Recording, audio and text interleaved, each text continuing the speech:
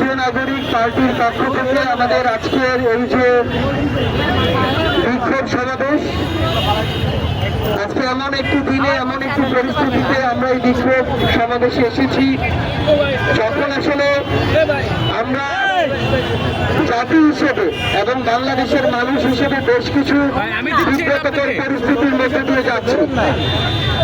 আজকে নারী দিবস, কিন্তু সবচেয়ে কষ্টের কথা হচ্ছে আমাদের এই পরিবেশ পরিস্থিতিতে আমাদের একজন বোন, একজন মা, একজন নারী যতটুকু তাদের জায়গা থেকে সেই ফিল করার কথা এই মুহূর্তে ততটুকু এই রাষ্ট্র, এই সরকার নিশ্চিত করতে পারছে না। আমরা আমাদের এই অভ্যুত্থানে দেখেছি প্রত্যেকটি মিছিলের সামনের সারিতে আমাদের বোনেরা ছিল, আমাদের মায়েরা ছিল। আমরা আমাদের এই অভ্যুত্থানে যখন আমাদের মিছিলের সামনের সারিতে 100 জন বোন দাঁড়িয়ে যেত, সেটা আমাদেরকে কয়েক হাজার ভাইয়ের চেয়ে বেশি মনোবল এবং সাহস দিত। এবং এই 100 জন নারী তখন ওই খুনি হাসিনার যে রেজিম, সেই রেজিমের স্তম্ভগুলোতে কিন্তু কাঁপন ধরাতো। কিন্তু এই অভ্যুত্থান পরবর্তী সময় যদি আমরা দেখি, আমরা কয়েকদিন ধরে দেখছি আজকে আমাদের ঢাকা মেডিকেলের আইসিইউতে আমাদের মাগুরার ছোট্ট এক বোন আসিয়া মৃত্যুর সাথে পাঞ্জা লড়ছে। এই স্বপ্নদের দৃষ্টি থেকে আমাদের বোনদেরকে রক্ষা করা এখন একটি চ্যালেঞ্জ হয়ে দাঁড়িয়েছে।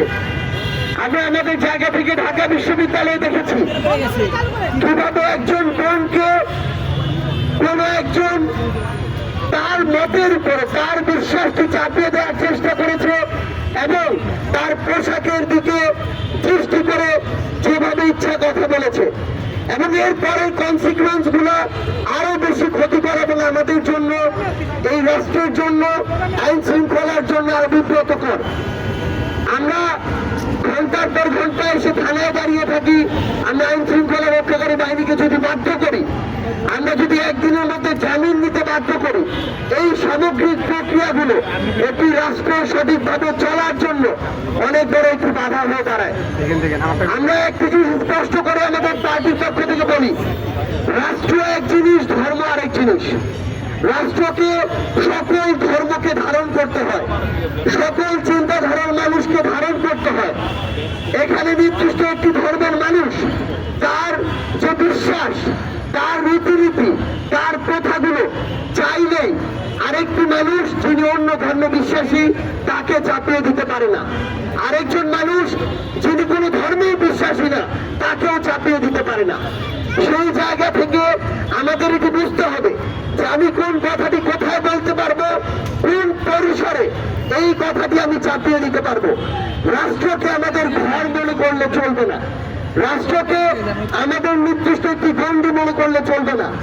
আমরা আমাদের জায়গা থেকে, আমাদের পার্টির পক্ষ থেকে স্পষ্ট করে একটি অবস্থান জানাই, শুধুমাত্র এই সামাজিক জনপরিসরে নয়, বরং আমরা সোশ্যাল মিডিয়ায় দেখছি আমাদের রাজপথে আমাদের বোনেরা যখন সামনের সারিতে দাঁড়িয়ে থেকে লড়াই করেছে, তখন তাদেরকে কথা বলতে পারেনি, তখন বরং বিভিন্ন জায়গা থেকে আমরা সমর্থন করেন। কিন্তু সেই বোনেরাই যখন আমাদের রাজনীতির মাঠে আসছে, বিভিন্ন পার্টি যেমন আমাদের পার্টিতে যোগদান করছে, তখন আমাদের এই বোনদেরকে স্পেসিফিক টার্গেট করা হচ্ছে। আমাদের এই বোনদেরকে নিয়ে অনেক মিথ্যা প্রপাগান্ডা ছড়ানো হচ্ছে, অপপ্রচার করা হচ্ছে। সবচেয়ে বড় কথা হচ্ছে আমাদের এই বোনেরা, এই বাংলাদেশের অর্ধেক নারী, কখনো এমন নয় যে যখন প্রয়োজন আমি ব্যবহার করব আর যখন মনে করব তখন তাদেরকে নিয়ে অপপ্রচার চালাবো।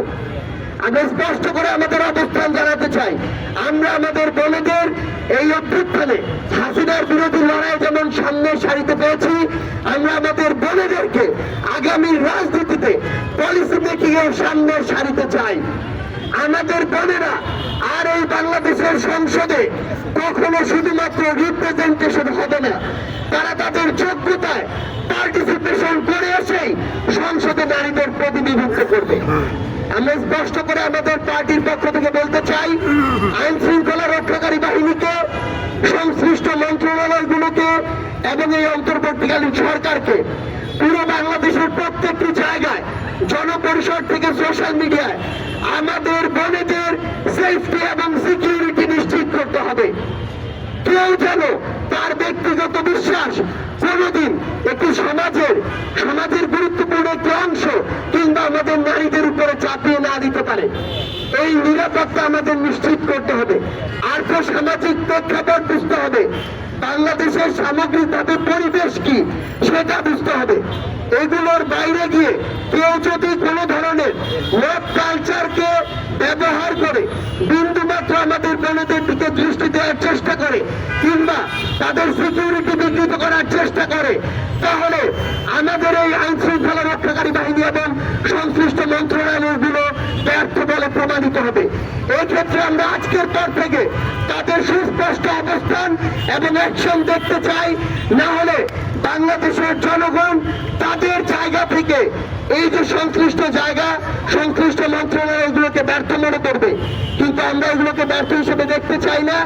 আজকের পর থেকে শুধু কথা নয়, আমরা কাজ দেখতে চাই এবং আমাদের নারীদের, বোনদের, মায়েদেরকে আমরা যেন এই সমাজে, এই রাষ্ট্রে তারা যতটুকু ডিজার্ভ করে এবং যতটুকু হওয়া উচিত ততটুকু জায়গা আমরা করে দিতে পারি, ততটুকু সেফটি এবং সিকিউরিটি আমরা সবাই ঐক্যবদ্ধভাবে নিশ্চিত করতে পারি। এটাই হোক আজকের নারী দিবসের আমাদের প্রতিজ্ঞা। সবার সাথে আবারও দেখা হবে, আমাদের বোনেদের সাথে, নারীদের সাথে আমরা একসাথে কাঁধে কাঁধ মিলিয়ে বাংলাদেশ বিনির্মাণের জন্য লড়াই করব। সে পর্যন্ত সবাই আমরা একসাথে আমাদের বোনেদের পাশে থাকবো। সবাইকে অসংখ্য ধন্যবাদ।